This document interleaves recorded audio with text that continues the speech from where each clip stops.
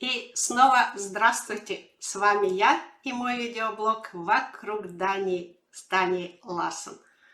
Сегодня я приготовила необычный влог, а касается он датских пословиц и поговорок. Эта тема навеяна нашими разговорами с мужем, когда мы начинаем с ним что-то за жизнь, а я ему. А у нас по-русски говорят, что кур даят, или да за двумя зайцами погонишься, ни одного не поймаешь, или не дели шкуру неубитого медведя и интересуюсь у него, а как у вас будет по-датски? Только он скажет что-нибудь интересненькое, я говорю, ага, хвачу ручку, повтори, и запишу это на листочек. Но сравнивать эти слова и выражения чрезвычайно интересно. Поэтому сейчас начнем по порядку.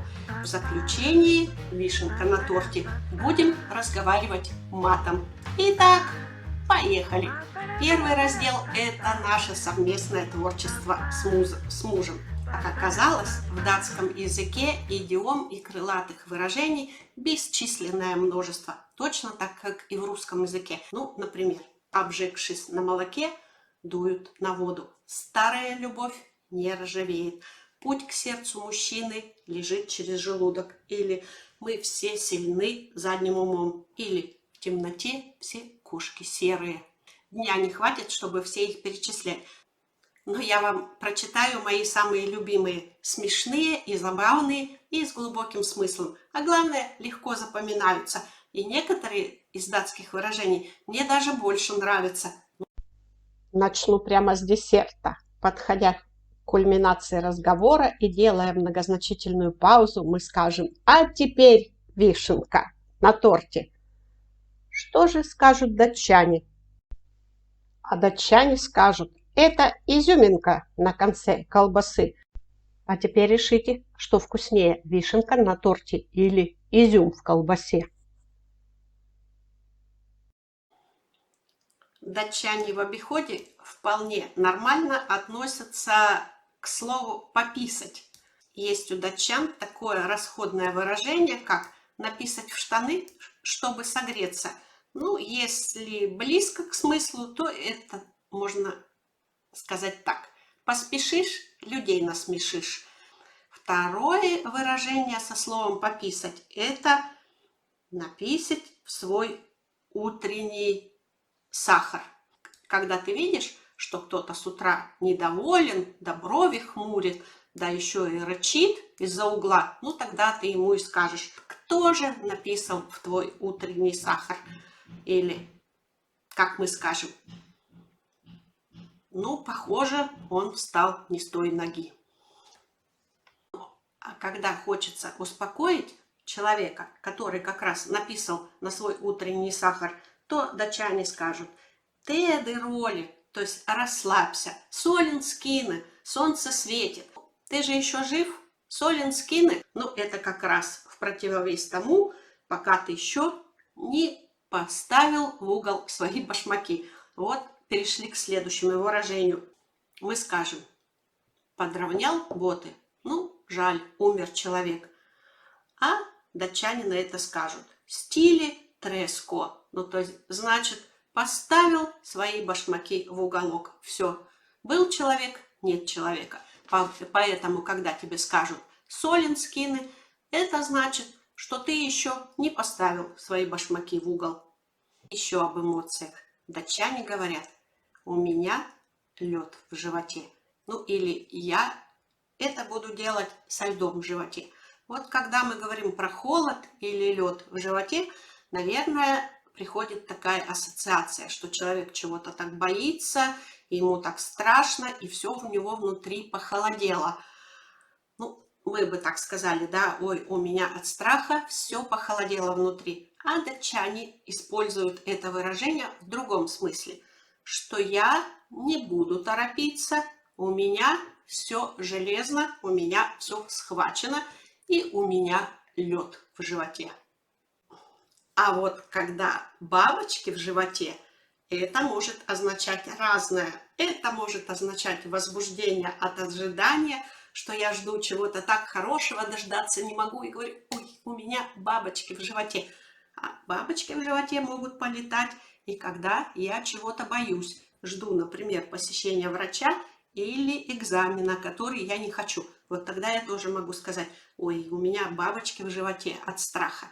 Выражение мне это очень нравится. А еще ученые-физиологи давно установили взаимосвязь между нашими эмоциями, которые возникают в голове, и нашим желудком. Когда мы устали и разбиты, мы говорим: ой, я сегодня как выжатый лимон. А датчанин вам ответит: а я сегодня похож на повесившегося кота. От чувств и эмоций перейдем к делу. Это о том, как датчане оценивают свои деловые способности. По-русски мы скажем: ай, да это такая дрянь, в общем, слепили на коленке. А датчане на это скажут: это такая дрянь, что собрали это просто из осколков. И когда мы говорим: ну, простите, у него руки из одного места растут, то датчане на это скажут: да, у него 10 больших пальцев. Ну, а большим пальцем-то слишком много не наработаешь. А когда мы говорим про человека: да не связывайся с ним, он просто упертый, ну, до попы деревянный, датчанин на это ответит: не связывайся с ним, он просто квадратный. А если датчане хотят кого-то похвалить, то они скажут: он такой способный, такой молодец, у него пальцы зеленые. А если человек удачлив, то датчане его назовут Хельди картофля, то значит удачливая картофелина, удачливая картошка. Ну, а мы, наверное, так скажем про такого человека: деловая колбаса. Датчане любители кофе и пьют кофе утром, в обед и вечером. Поэтому фразу «так фо кафе», то есть «спасибо за кофе», можно услышать повсеместно. Ну, а если что-то пошло не так, и кто-то вас обманул, или просто вам что-то очень не понравилось, то таким ироничным тоном можно произнести: «так фо кафе», то есть вот тебе и приехали. А еще мне у датчан очень нравится одно мотивирующее выражение по мел вентен, то есть варежку тебе на руку, удачи тебе. Ну, это примерно как нашу: ну, давай, иди, и флаг тебе в руку.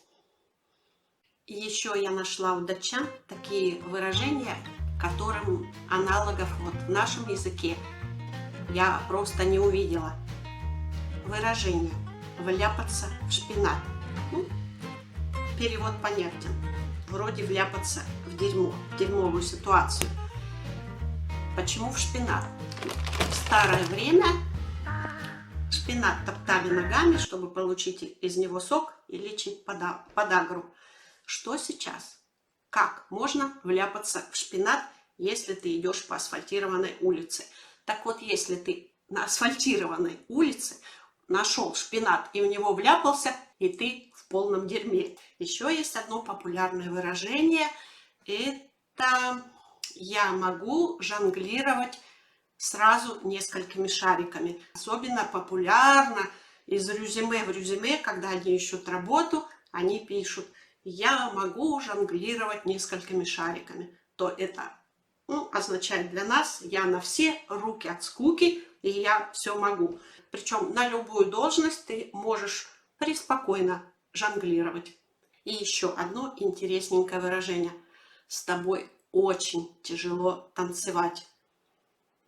Ну, просто ты невозможный переговорщик, а в конечном счете с тобой невозможно иметь дела. Ну, примерно в этом смысле выражение употребляется.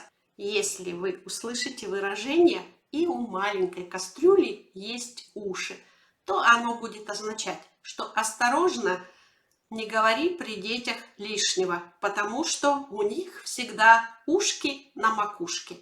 А сейчас переходим к самому пикантному разделу про бранные слова и матерки. Ну, что поделаешь, не будем ханжами, и от этого никуда не денешься. Ведь в каждом языке есть матерные слова. Вот этот раздел мне пришлось осваивать совершенно самостоятельно. Мой муж не ругается, и когда я его спросила про бранные и матерные слова, он мне сказал: вот это без меня. Ну, опять же, Google в помощь, и матерные и бранные слова там я нашла. Ну, я вспоминаю свое детство. Где я их учила? Учила во дворе. Ну, пионерский лагерь – это вообще кладезь всего нецензурного и неформального. Ну и я вам скажу, что к 15 годам я освоила практически уже весь лексикон с полным пониманием смысла. И когда я, например, шла мимо пивного киоска, и мужики между собой матом разговаривали, в принципе, я была уже в теме. Ну, прежде чем я подойду к этим словам, расскажу историю своего первого матершинного опыта. Было мне, наверное, лет 7 или 8. Ну, гуляли мы во дворе, и кто-то, наверное, из мальчишек, чуть постарше, рассказал такой сальный, ну, как бы анекдот. Значит, идет мужик по улице, и женщина ему навстречу, он наступает ей на ногу, не помню почему, может, что-то упустила. И он ее спрашивает: а как тебя зовут? А она ему говорит: меня зовут Тутка. Тогда мужик ей отвечает: прости, Тутка. Ну, и здесь надо громко-громко хохотать. Ну, и все так хохотали, и я вместе с ними хохотала. Но смысла этого слова в тот момент я не понимала. Ну, я думаю, раз это так смешно, побегу-ка я домой и расскажу-ка я это маме и бабушке. Папы дома не было. Ну, я прихожу и такая гордая говорю: а хотите, я расскажу вам анекдот? Они говорят: ну, давай, Танечка. И тут Таня, значит, им выдает про мужика и про проститутку. Бабушка охнула и говорит: Таня, Танечка, нельзя такие слова произносить вслух. Мама на меня глянула так и сказала коротко и ясно, как мат, чтобы я этого больше никогда не слышала. И тут мне стало совершенно ясно, что сказала я что-то не то, принесла я с улицы что-то не то, и на этом табу на всю оставшуюся жизнь. Что у датчан? Ну, думаю я, как и везде, датские детки начинают учить эти слова в детском саду, в школе, ну и, наверное, с возрастом впитывают в себя как губку весь этот народный фольклор. Часть этих датских слов я познала через художественную литературу, потому что современная переводная литература в Дании, к сожалению, этими словами изобилует. Самые скабрезные слова я о них говорить не буду, просто потому что не хочу. Ну, а популярные ругательства и даже некоторые матерки я вам поведаю. Начну с самого обычного слова «дурак». В Дании есть такое слово «дум», значит глупый. Есть еще одно слово «дурак», которое звучит как «фьёльс». Ну, а можно сказать, например, «дум фьёльс», то есть это глупый дурак. Есть еще слово, ну, просто обидное, просто обзывок, которое произносится как «на». Это означает шут гороховый. Ну, обидно, если тебя шутом обзовут. Еще датчане употребляют в этом смысле слово «идиот». Вот идиот по-датски – это более оскорбительный вариант. Вот мы как слово «идиот» больше используем в смысле умственно отсталый. Здесь это вот обзывок в смысле дурнина, дурак, дураком.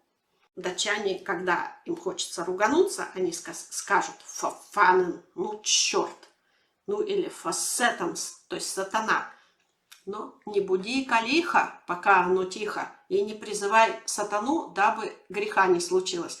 Поэтому датчане лукавят, и вместо сетанс, то есть сатана, говорят фассоен. А соен – это мужское датское имя. Ну, такое лукавство, потому что сетанс и соен где-то как-то похожи. И поэтому, поминая соена, они имеют в виду черта или сатану. Вот я думаю, что когда датчане ругаются и говорят, что-то не получается, говорят фассоен, то все соены в раз в Дании просто, наверное, икают. Ну, наша незабвенная из бриллиантовой руки. Черт побери! Примерно того же плана в Дании слово поке. Ну, значит, ну просто какая-то чертовщина, дрянь. Слово поке, это слово пришло из немецкого языка. Ну, в общем, оно означает просто все напасти. В переводе это и сыпь, и оспа, и сифилис. Поэтому, когда датчане говорят поке, ну, то есть, значит, собрал, уже это не просто черт, это значит, что человек собрал просто в кучу всех чертей. Еще датчане употребляют два такие выражения. Крафт кнусадемай или крафт эдемай. Ну, что в прямом переводе означает «да пусть рак сожрет меня» или «рак обнимает меня». Вот это значит «ну, мамой клянусь» или «тебе зуб даю» или «голову на отсечение». Ну, в общем, все напасти, которые я на себя могу примерить, вот в этом они выражения. Какие мы еще на себя проклятия накладываем? Да хоть лопни, хоть умри, хоть тресни. Ну, в общем, это все по поводу, чтобы рак меня обнял. Ну, нет, неприятные выражения, и лучше их не употреблять. Переходим к матерным словам. Ну, как я сказала, самые худшие слова я употреблять не буду, куда там кто кого послал. Но самое употребимое, наверное, всем оно известно. Из американских фильмов, когда палец вверх и говорят fuck you. Ну, то есть всем оно понятно, и выражение интернациональное. Датчане не исключение, и это слово употребляют. Ну, и еще я приготовила 3 словца, которые я нашла, вот в котором бедным женщинам досталось. Это как микстура из дегтя от Джигарханяна из фильма «Собака на сене». Помните? Умницу мы назовем уродкой, добрую объявим сумасбродкой. В датском лексиконе сканк – это шалава, люде – это шлюха, и келин – это сука. Ну все, на этом про женщин недоброго хватит. Все мы все равно и умные, и хорошие, и не уродки, и не сумасбродки. Самое, наверное, употребляемое, когда тоже что-то идет не так, датчане говорят shit. Ну, это означает дерьмо. Во всех языках эти ругательства есть, но, пожалуй, я уже выдохлась. То есть ругательства меня подкосили. Я думаю, что вам понравилось все, что я сегодня говорила. И на этом я с вами прощаюсь. Пока-пока. Увидимся в следующий раз. И я обязательно придумаю что-нибудь интересненькое.